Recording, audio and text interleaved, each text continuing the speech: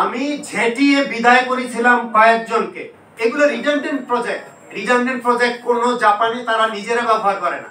সরকার না জানো, ওদের ইতিহাস আমি জানি কে কোন জায়গায় কি করেছে। আপনি বাইরে কাজ করে হঠাৎ করে ওখানে বসে এই সমস্যার সমাধান দেওয়াতে একদিনে সম্ভব না। মানুষ যারা কাজ করে ওরা মানুষ। আমি জানি না এই বাঙালিরা আমরা মানুষ কিনা। আমাদের দেশে প্রেসিডেন্ট, আমাদের দেশে প্রধানমন্ত্রী, আমাদের দেশের মন্ত্রী, আমাদের দেশের সচিব কে নাই? আমাদের দেশে justice, chief justice, who is not there? এই যে declaration of climate justice assembly যেটা হয়েছে, এইটি প্রাইভেট উদ্যোগে যেটা হয়েছে, সেটাকে আমি সাধুবাদ জানাচ্ছি এ কারণে যে খণ্ডিতভাবে ক্লাইমেট চেঞ্জের বিষয়ে কখনো কোনো অর্গানাইজেশন এটা কথা বলে এসছে, দ্যাট ইজ ট্রু। কিন্তু আমাদের ক্লাইমেট চেঞ্জের বিষয়ে আমাদের গভর্নমেন্ট প্রতিনিধিত্ব করছে দেশে, দ্যাট ইজ ট্রু। ইউনাইটেড নেশনসের এবং বিভিন্ন যে আমাদের যে কপ, সেগুলোতে তো আমাদের প্রতিনিধিরা যাচ্ছেন। তো this is for the first time যে এরকম একটা ডিক্লারেশন ক্লাইমেট জাস্টিস বিষয়ে তারা একটা স্টাডি করে এবং বাংলাদেশের প্রত্যেকটা প্রান্ত থেকে লোকদেরকে নিয়ে এসে এবং সেখানে গিয়ে এই যে তুলে নিয়ে এসছে, এইটি আমি বলবো একেবারে এটা ফ্যাক্ট বেসড, এইটা একেবারে ট্রু রিপ্রেজেন্টেশন। আমি বাংলাদেশের প্রত্যেকটা নদী কূলে ওই এলাকার মানুষদের সাথে আলোচনা করেছি, সমস্যা নিয়ে আলোচনা করেছি। তখন আমার সাথে উপজেলা নদী রক্ষা যে কমিটি আছে তার সদস্যরা ছিলেন, ওখানকার সিভিল সোসাইটির লোক ছিলেন, অর্গানাইজেশন যারা নদী নিয়ে কাজ করছেন তারা ছিলেন। এবং তারপরে আবার জেলায় গিয়ে আমরা মিটিং করেছি এবং জেলায় সেটা রেজলিউশন হয়েছে, that is the resolution of the government. বিভাগেও কিন্তু আমরা মিটিং করেছি এবং সেইখানে আমার নেতৃত্বে মিটিং হয়েছে। ঢাকাতে আমরা মিটিং করেছি, তারপরে অন এয়ার মিটিং করেছি। আমি জাপানিজদের দেখেছি, তো তারপর আমার কাছে মনে হয়েছে যে আমি আরেকটু কাজ কেন করতে পারলাম না একজন জাপানের মতো। কারণ জাপানে যখন গিয়েছি আমি দেখি যে রাতে যখন ফিরছি, রাত 12টা 1টা, তখন দেখি যে জাপানিজরা তখনও ওই ফরেন মিনিস্ট্রিতে এখনো লাইট জ্বলছে। তারপরে ওদের সাথে জিজ্ঞেস করলাম, এখন তোমাদের ওখানে ফরেন মিনিস্ট্রি কি কাজ করছে যে আমি জানি না এরকম লাইট জ্বলছে কিনা। তো ওরা কিন্তু আমাদের জানিয়েছে যে আমাদের কিছু কাজ পাগল লোক আছে, তোমরা তো জানো, তারা বসে কাজ করে এবং তারা ওই 3টা 4টায় যায়। Can you understand Japan? এখন এখানে 2-1টা প্রজেক্ট আসছে, আমি এটা বলতে চাই, মাতারবাড়ির যে প্রজেক্টটা আমি গিয়েছি, দেখে এসেছি, ওনাদের সাথেও গিয়েছি, আলাপ করেছি, আগেও দেখেছি। কোল পাওয়ার যে প্ল্যান্টটা, আমি জানি না এইটার জন্য আমি জাপানিজদের দায়ী করব না, এটার জন্য দায়ী আমরা। কারণ আমরা জাপানিজদের কাছে এগুলো রিডান্ডেন্ট প্রজেক্ট কোনো জাপানে তারা নিজেরা ব্যবহার করে না। আমার মাফ করেন, আমি একটু রাগ হয়ে যে এরকম অবস্থাটা দেখলে, এটা একটা কোনো একটা জাতি তো এটা গ্রহণ করতে পারে না। এবং আমরা কেন এটা গ্রহণ করলাম এবং এখন আমরা বলছি এটা জাপানিজরা করছে, তো জাপানিজ তো করবেই যে ভাই। জাপানেও কিছু লোক, শুনুন, জাপানে তো আপনি কোনো গভর্নমেন্ট সার্ভেন্ট দুর্নীতি করছে তার যদি প্রমাণ দিতে পারে, ওরা তো ফায়ারিং স্কোয়াডে পাঠাবে। আমার এখানে কি প্রেসিডেন্ট কি, আমি কোনো এককভাবে কোনো মানে কাউকে বলছি না।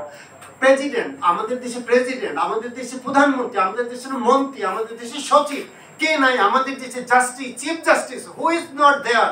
যে মানে পিপলস, তারা দুর্নীতিগ্রস্ত, এই কথাগুলো বলছে।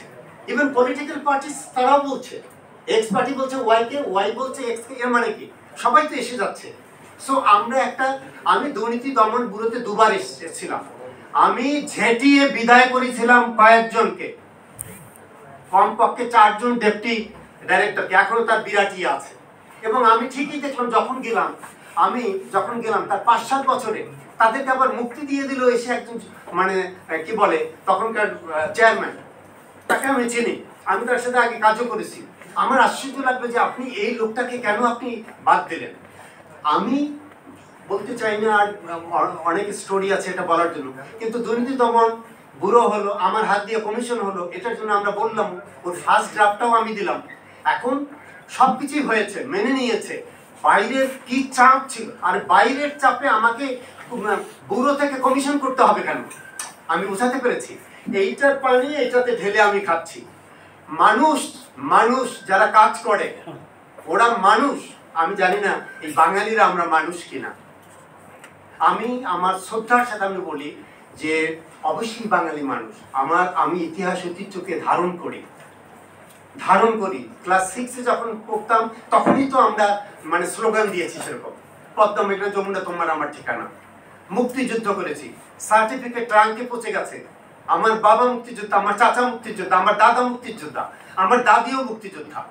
তো এখন কথা হচ্ছে ইন দ্য নেম অফ মুক্তিযুদ্ধ আমি যদি আমার চরিত্রকে না পাল্টাই, আমি যদি গণমুখী না করি, এবং আমি দাবি তুলব, এবং এই যে এতদিন গেল না, এটা এই যে কি আমাদের কেয়ারটেকার গভর্নমেন্টকে ইন্টারিম গভর্নমেন্ট যেটা এসছে, they are doing some good job like that, but I am sure they can not go to the depth of all sorts of things. সময় খুব অল্প, এত সময় এত গভীর ওনারা কি করে যাবে?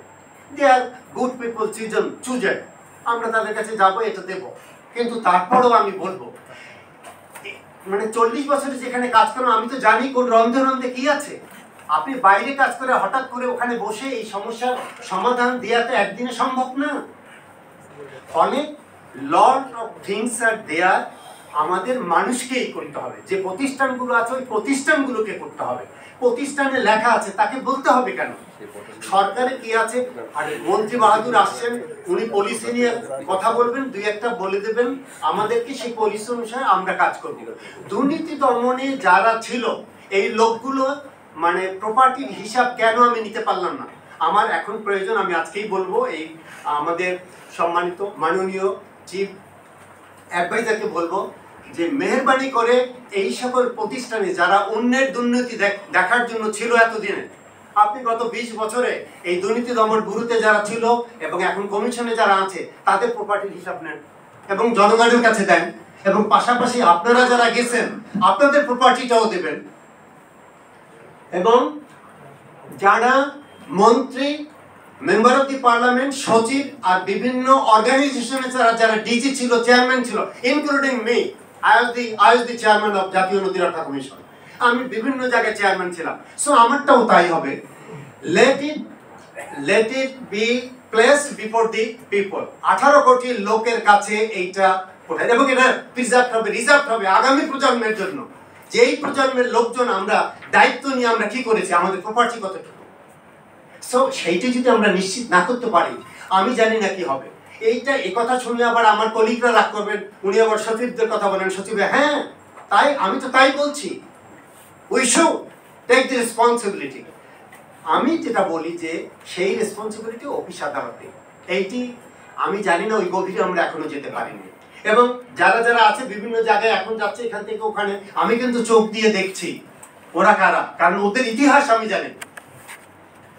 আমি সরকার না জানো, ওদের ইতিহাস আমি জানি, কে কোন জায়গায় কি করেছে, কার কতটুকু আছে, ক্ষমতা আছে কথা বলা, সত্যকে সত্য কথা উচ্চারণের শক্তিই তো ওদের নেই, আমি বুঝাতে পারছি। তো ফলে আমি জানি না, আমি এখনো আশান্বিত হতে পারছি না, কিন্তু আশান্বিত হয়েছি এইটি দেখে অ্যাটলিস্ট যে একটা মাঠ পর্যায়ে যারা ভুক্তভোগী তাদের কথাগুলো এখানে উঠে এসেছে। সংবাদ, ফিচার ও অনুষ্ঠানের জন্য ভিজিট করুন সংবাদ প্রকাশের ওয়েবসাইট এবং যুক্ত থাকুন ফেসবুক পেজ ও ইউটিউব চ্যানেলের সঙ্গে।